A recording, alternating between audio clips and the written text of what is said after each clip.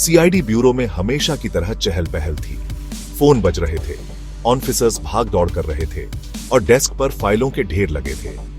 Inspector दया अपनी उंगलियों को छटका रहे थे, एक जब्त किए गए ब्रीफकेस के जिद्दी लॉक को घूर रहे थे। अचानक एक कांस्टेबल भागता हुआ अंदर आया, जिससे काम का रिदम टूट गया। उसके हाथ में एक पैकेट था, चेहरे पर उलझन साफ दिख रही थी। सर, सीआईडी टीम के लिए एक पैकेट। कोई नाम नहीं, कोई पता नहीं। एसीपी प्रद्युमन हमेशा की तरह सतर्क ने पैकेट की ओर इशारा किया। उनकी नजर सादे भूरे रंग के रैपिंग पर पड़ी। उन्हें कुछ गड़बड़ लगा। तेजी से उन्होंने उसे खोला।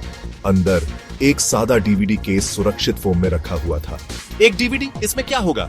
कमरे में एक बेचैनी सी छा गई। एसीपी ने अपने चेहरे पर भाव छुपाते हुए डीवीडी को पास के प्लेयर में डाल दिया।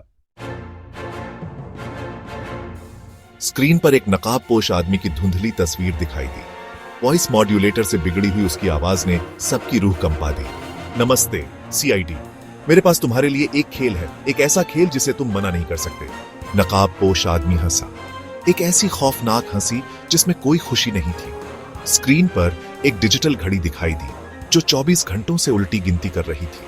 तुम्हारे पास 24 घंटे हैं, उस समय में मैं फिर वार करूंगा। तुम्हारा मिशन, अगर तुम इसे स्वीकार करते हो तो मुझे रोकना है। दया ने गुस्से और झुंझलाहट में मेज पर मुक्का मारा। ये कौन सा जोकर है जो सीआईडी के साथ खेल खेल रहा है? अभिजीत, जो हमेशा दोनों में से ज्यादा शांत रहते थे, ने हाथ उठाया। ध्यान दो दया, उसने कहा कि कुछ सुराग होंगे। नकाबपोश आदमी फिर से स्क्रीन पर दिखाई दिया।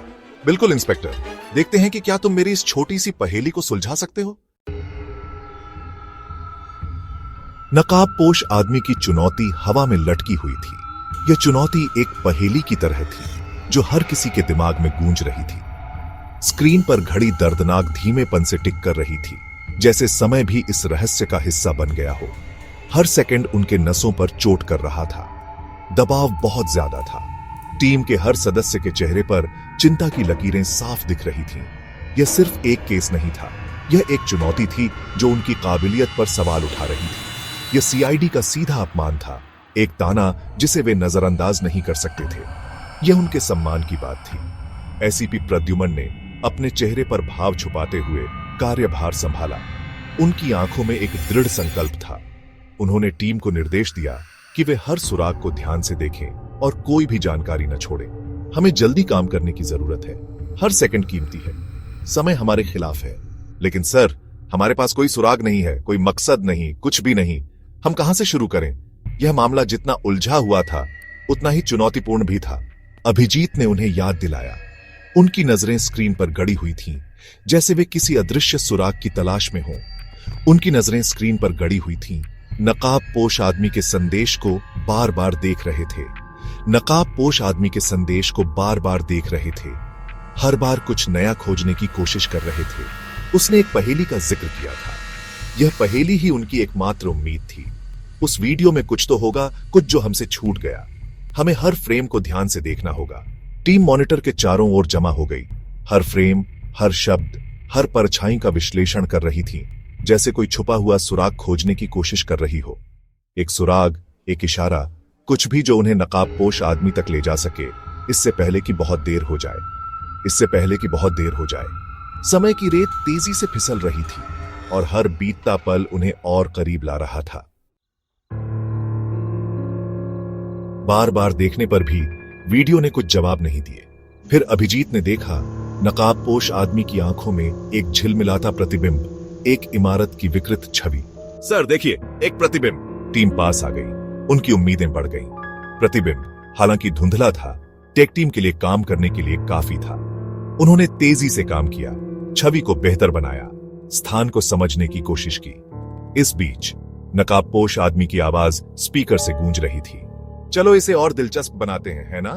मेरी पहेली सुलझाओ और तुम्हें तुम्हारा अगला कदम मिल सकता है। खौफनाक आवाज गूंजी, टिम को हैरान कर दिया। सुबह 4 पैरों पर चलता है, दोपहर में 2 पैरों पर और शाम को 3 पैरों पर क्या चलता है? कमरा शांत हो गया। केवल स्क्रीन पर टिक टिक करती घड़ी की आवाज घटते समय का लगातार याद दिलाती रही। दबाव बहुत ज्यादा था। पहेली एक निराशाजनक रूप से गूढ़ रोड़ा थी।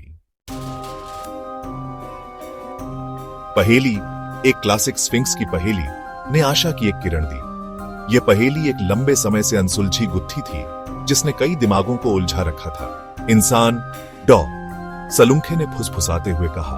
उनकी आंखें चमक उठी। यह एक महत्वपूर्ण मोड़ था, एक ऐसा क्षण जिसने सब कुछ बदल दिया। एक इंसान बच्चे के रूप में रेंगता है, वयस्क के रूप में 2 पैरों पर चलता है और बुढ़ापे में छड़ी का उपयोग करता है। यह जीवन के चक्र का प्रतीक था, एक सरल लेकिन गहरा उत्तर। जवाब हालांकि सरल था, राहत की लहर लाया।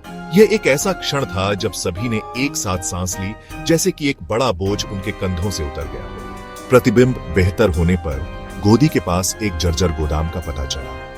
यह जगह रहस्यों से भरी हुई थी, एक ऐसा स्थान जो कई कहानियों को छुपा रहा था। आखिरकार उनके पास एक सुराग था। यह सुराग उन्हें उस दिशा में ले जा सकता था जिसकी उन्हें तलाश थी। सीआईडी टीम गोदाम पर पहुंची। उनके बंदूकें तान रखी थीं। हर कदम के साथ वे सतर्क थे, किसी भी अप्रत्याशित घटना के लिए तैयार। सन्नाटा भयानक था, केवल झंग लगी धातु की चरमराहट और अनदेखी चिड़ियों के पंख फड़फड़ाने की आवाज से टूट रहा था।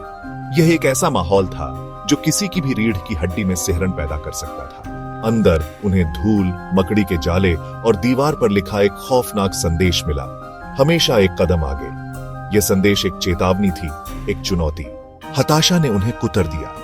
यह एक कठिन समय था और हर कोई अपने तरीके से संघर्ष कर रहा था। वे करीब थे, वे इसे महसूस कर सकते थे, लेकिन नकाबपोश आदमी मायावी बना रहा, हमेशा एक कदम आगे उनके साथ खेल रहा था। यह एक अंतहीन पीछा था, एक ऐसा खेल जिसमें हर कोई शामिल था। घड़ी चलती रही और हर गुजरते मिनट के साथ शहर ने अपनी सांस रोक रखी थी, नकाबपोश आदमी के वादा किए गए हमले के लिए तैयार। यह एक ऐसा समय था जब हर कोई सतर्क था, हर कोई तैयार था। पहेली, यह सिर्फ एक पहेली नहीं थी, यह एक सुराग था, एक ऐसा सुराग जो हमें अतीत की गहराइयों में ले जाने वाला था। मुख्यालय में वापस विफलता का भार टीम पर छा गया। हर कोई निराश था, लेकिन हार मानने का सवाल ही नहीं था। नकाबपोश आदमी के ताने उनके कानों में गूंज रहे थे।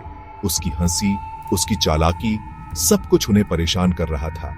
जब उनकी उम्मीद कम होने लगी तो एसीपी प्रद्युमन ने कुछ अजीबोगरीब देखा। यह एक छोटा सा सुराग था, लेकिन महत्वपूर्ण। जवाब इंसान, यह एक विशिष्ट आदमी का उल्लेख करता होगा, एक केस जिसे हमने अतीत में संभाला था। यह वही आदमी हो सकता है। वह कमरे में इधर उधर टहल रहे थे, उनका दिमाग दौड़ रहा था। हर कदम के साथ वह अतीत की परतें खोलने की कोशिश कर रहे थे। केस 097, म्यूजियम डकैती। यह केस हमेशा से ही रहस्यमय रहा है। वे पुरानी केस फाइलों को खंगालने लगे, किसी भी संबंध, किसी भी धागे की तलाश में जो उनकी वर्तमान स्थिति से जुड़ा हो। हर पन्ना एक नई उम्मीद थी। अचानक एक फाइल पर एसीपी की नजर पड़ी। यह वही फाइल थी जिसकी उन्हें तलाश थी। इस केस में एक चालाक चोर शामिल था, भेस और धोखे का उस्ताद जो हमेशा एक कदम आगे रहता था। उसकी चालाकी ने सभी को चकित कर दिया था। उसे मृत मान लिया गया था, लेकिन क्या होगा अगर वह अभी भी जीवित है और वापस आ गया है। टीम फाइल को घूर रही थी, उनकी रीढ़ की हड्डी में ठंडक दौड़ रही थी। यह एक डरावना विचार था। क्या यह उनका नकाबपोश आदमी हो सकता है, कब्र से वापस आकर अपना बदला लेने के लिए?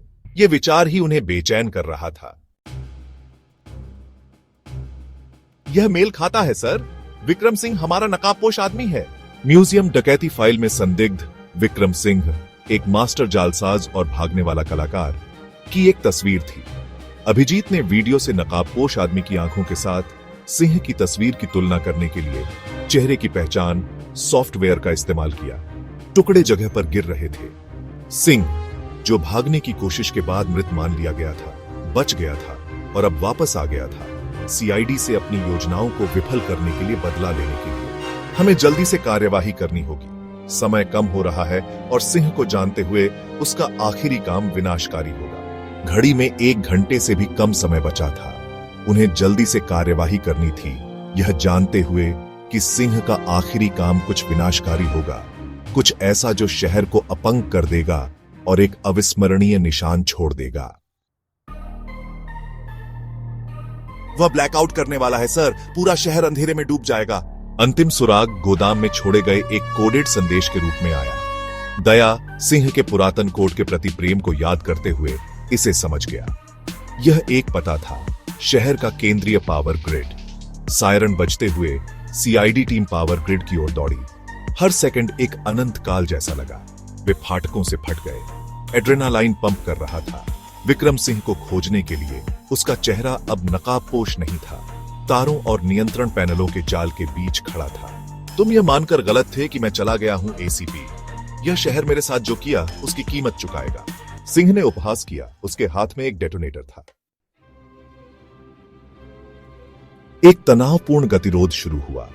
एसीपी प्रद्युमन ने अपनी आवाज शांत लेकिन दृढ़ सिंह के साथ तर्क करने, उसकी मानवता से अपील करने की कोशिश की। लेकिन सिंह बदले की अपनी प्यास से ग्रस्त नहीं सुनेगा।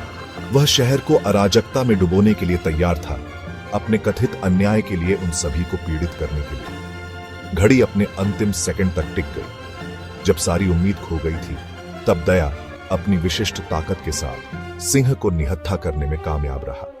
डेटोनेटर हानि रहित रूप से जमीन पर गिर गया और राहत की एक सामूहिक आह शहर में छा गई, क्योंकि पावर ग्रिड गूंज रहा था निर्बाध। जैसे ही सिंह को पकड़ा गया, एसीपी प्रद्युमन की आंखों में एक कठोर चमक दिखाई। वह जानता था कि यह अंत नहीं था, यह केवल पहला दौर था। विक्रम सिंह सलाखों के पीछे हो सकता है, लेकिन खेल ऐसा लग रहा था अभी खत्म नहीं हुआ था।